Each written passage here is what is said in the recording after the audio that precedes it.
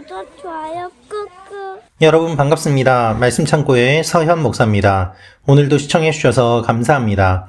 여러분의 구독과 좋아요, 알람 설정으로 저희 채널을 응원해 주세요. 항상 함께 해주셔서 감사합니다. 오늘은 마가복음 7장 24절부터 37절 말씀입니다.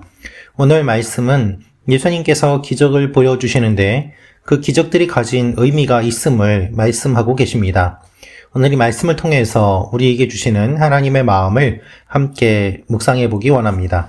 24절부터 말씀입니다.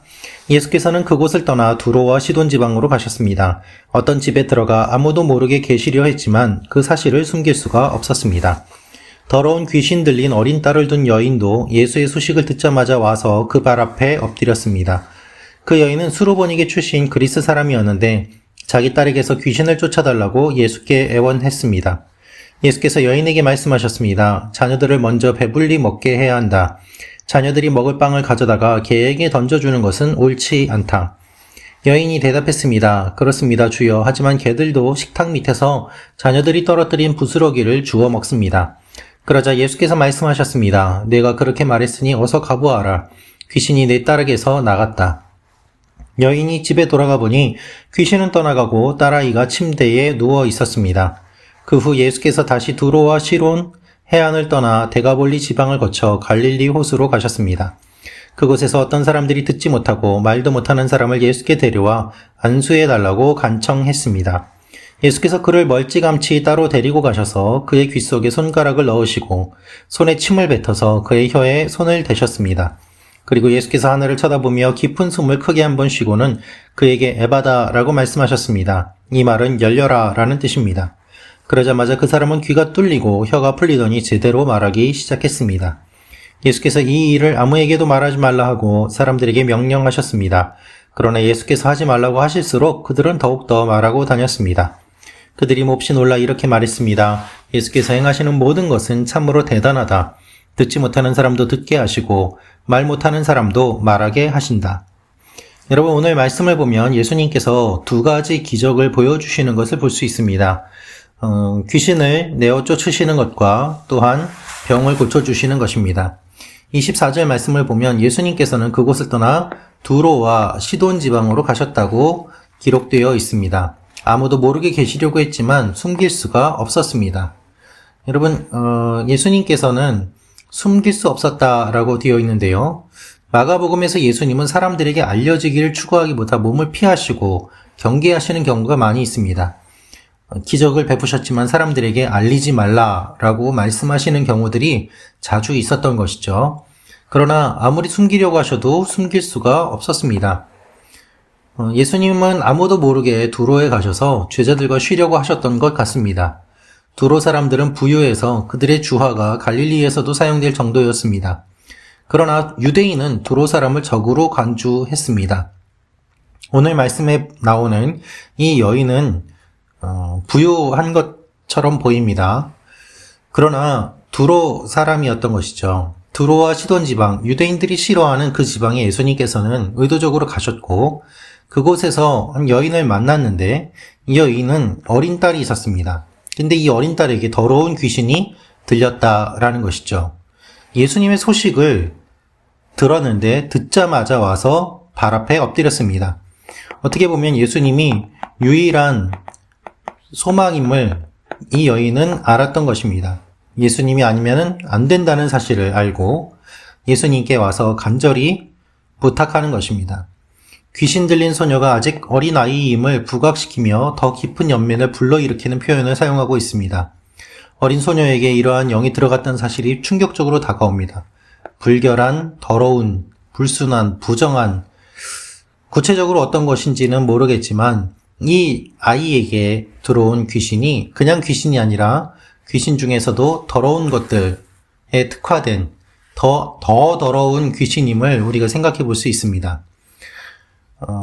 이 여인이 어디 출신인지 의도적으로 성경은 기록하고 있는데요. 그리스 사람이었다. 즉 이방인이다라는 것입니다. 그런데 예수님께 애원합니다. 귀신을 쫓아달라고 말입니다. 지금 유대인과 이방인 가운데서 예수님은 이방인 가운데 오셨고 이 이방인 여인이 자신의 딸이 특별히 이방인 가운데서도 더러운 귀신에 사로잡혀 있었습니다. 여러분, 유대인들은 이방인이 부정하다고 생각했습니다. 자기들과 다르다고 생각했죠. 그런데 거기에 더해서 더러운 귀신이 들어온 것입니다. 귀신도 더러운데 더 더러운 귀신이 있기 때문에 더 부정한 상태, 완전히 부정한 상태에 있는 것이죠. 완전히 부정한 상태에 있는데 예수님께서는 이 여인에게 말씀하십니다. 자녀들이 먹을 빵을 가져다가 개에게 던져주는 것은 옳지 않다. 간절한 마음으로 찾아온 여인에게 예수님께서 이렇게 말씀하시는 것이 어떻게 보면 우리가 봤을 때 불편해 보이고 왜 이렇게 하시는가 하는 생각도 듭니다. 여인이 지극히 사랑하는 어린 딸에게 들린 더러운 귀신을 쫓아달라고 간구했는데 예수님은 퀴나리온을 언급하며 대꾸하셨습니다. 이 말은 새끼개, 강아지를 가리키는데 그냥 개의 새끼라는 뉘앙스의 표현입니다. 우리가 사용하는 욕처럼 들리기도 하는 그러한 표현처럼 개의 새끼라는 뉘앙스의 표현인 것이죠. 그냥 귀여운 강아지가 아닌 것입니다. 상대방을 멸시하고 무시하는 표현을 사용합니다.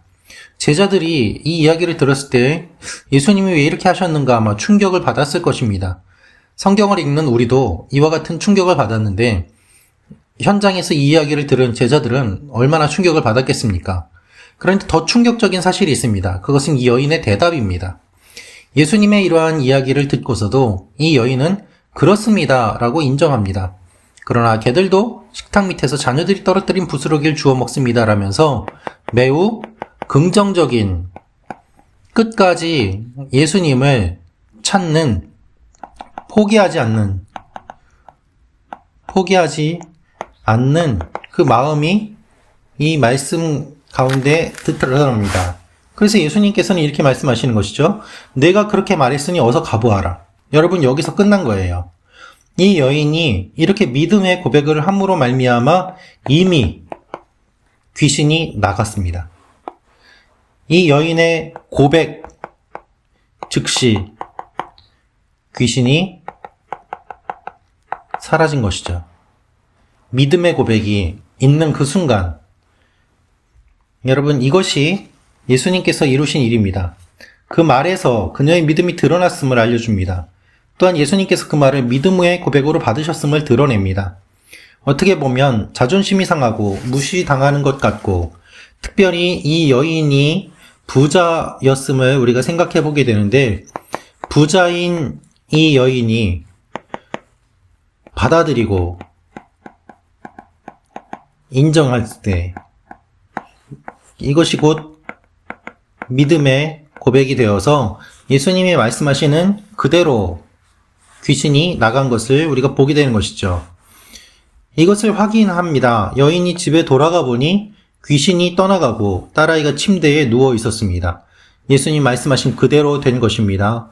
이제는 어린 딸이 상에서 식사할 자격을 갖춘 파이디온이 됩니다. 본질의 변화가 일어난 것이죠. 여인의 믿음이 이런 변화를 낳은 것입니다. 여러분, 침상에 가만히 누워있는 모습은 귀신이 쫓겨났다는 증거가 됩니다. 여러분, 귀신 들린 사람들 보셨습니까? 경련을 일으키기도 하고요. 가만히 있지 않습니다. 여기저기 돌아다니기도 하고 소리를 지르기도 합니다. 귀신 들린 사람은 이 귀신이 떠나갈 때 귀신이 그 사람을 괴롭히고 가만히 두지 않습니다.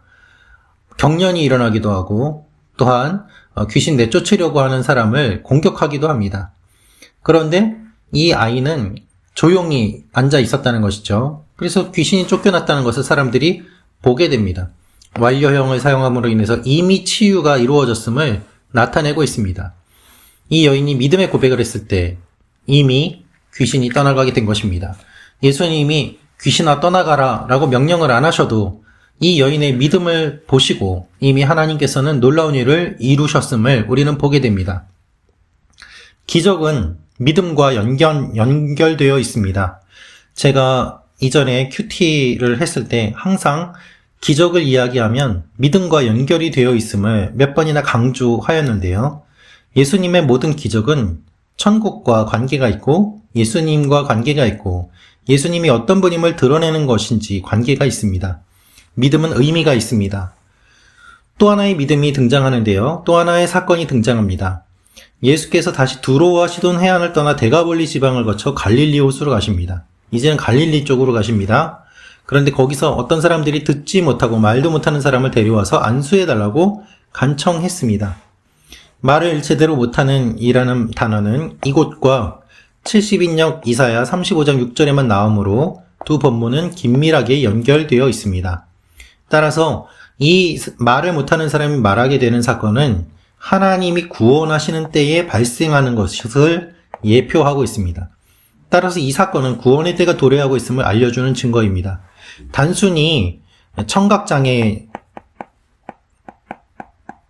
언어장애, 치유가 아니라 이 치유는 결국 구원과 연결되었음을 이야기하고 있는 것이죠. 구원의 때가 임하였다. 그 사건을 보여주고 있는 것입니다. 그래서 예수님께서는 그를 따로 데리고 가셔서 그의 귀 속에 손가락을 넣으시고 손에 침을 뱉어서 그의 혀에 손을 대셨습니다. 우리 생각으로 봤을 때는 더러워 보이지요. 그러나 청각장애인에게는 말보다는 신체적인 접촉이 더 적절한 방법이었습니다. 또한 침 뱉기도 당시의 전형적인 치유 방식이었습니다. 예수님 당시 문화를 사용해서 소통하셨던 것입니다. 왜 그렇습니까? 이것을 보는 사람들이 의미를 알 수 있도록. 예수님께서는 지금 이 행동을 하시는데 이것이 도대체 무슨 의미가 있는지 사람들이 알 수 있는 문화를 통해서 이 일들을 행하셨던 것입니다. 그래서 침도 뱉으시고 귀에 손도 넣으시고 한숨도 쉬시고 하면서 에바다 라고 말씀하십니다. 열려라. 여기서 탄식하신다라는 것은 호소하다, 불평하다, 신음하다라는 뜻이기도 하는데요. 귀먹고 말 더듬는 자에 대한 깊은 연민을 보여줍니다. 이 사람을 보실 때 하나님의 창조된 그 모습이 파괴되었기 때문에 주님께서는 깊은 연민을 가지고 이 사람을 만나고 대해 주시는 것입니다. 그러자 그 사람은 귀가 뚫리고 혀가 풀리더니 제대로 말하기 시작했습니다. 사람들은 이렇게 이야기합니다. 예수님께서 행하시는 것은 참으로 대단하다. 듣지 못하는 사람도 듣게 하시고 말 못하는 사람도 말하게 하신다라는 것입니다. 상대적으로 수준이 높고 탁월한 상태임을 나타내는데 예수님은 언제나 좋지 않고 고통스러운 상태를 건강한 상태로 바꿔놓으셨습니다. 이것을 통해서 믿음을 주님께서는 보여주시고 하나님 나라를 보여주셨습니다. 여러분, 저희 가족도 처음에 아버지의 병으로 인해서 예수님을 만나게 되었습니다. 치유받을 수 없는 병이었는데 예수님 믿으면 병이 낫는다는 전도를 받고 예수님을 믿고 아버지의 병이 나았고 저희 가족들이 살아계신 하나님을 만나게 되었습니다. 결국 기적은, 치유는 어디와 연결되는가? 구원과 믿음과 연결됩니다. 그래서 단순히 병 낫는 것으로 그치는 것이 아니라 우리의 치유는 믿음과 연결되어야 되고 구원과 연결되어야 됨을 주님은 말씀하고 계십니다. 많은 사람들이 병 낫기를 원합니다. 치유받기를 원합니다. 기적을 경험하기 원합니다. 그러나 거기에서 그치는 경우가 너무나도 많이 있습니다. 주님께서 기적과 치유를 행하고 보여주시는 이유는 우리에게 구원과 믿음을 주시기 위해서입니다. 사랑하는 말씀 창고 가족 여러분, 기적에는 의미가 있습니다. 이 의미가 있음을 기억하며 기적을 사모하면 좋겠습니다. 하나님께서 우리의 삶에 새로운 일을 이루실 것입니다.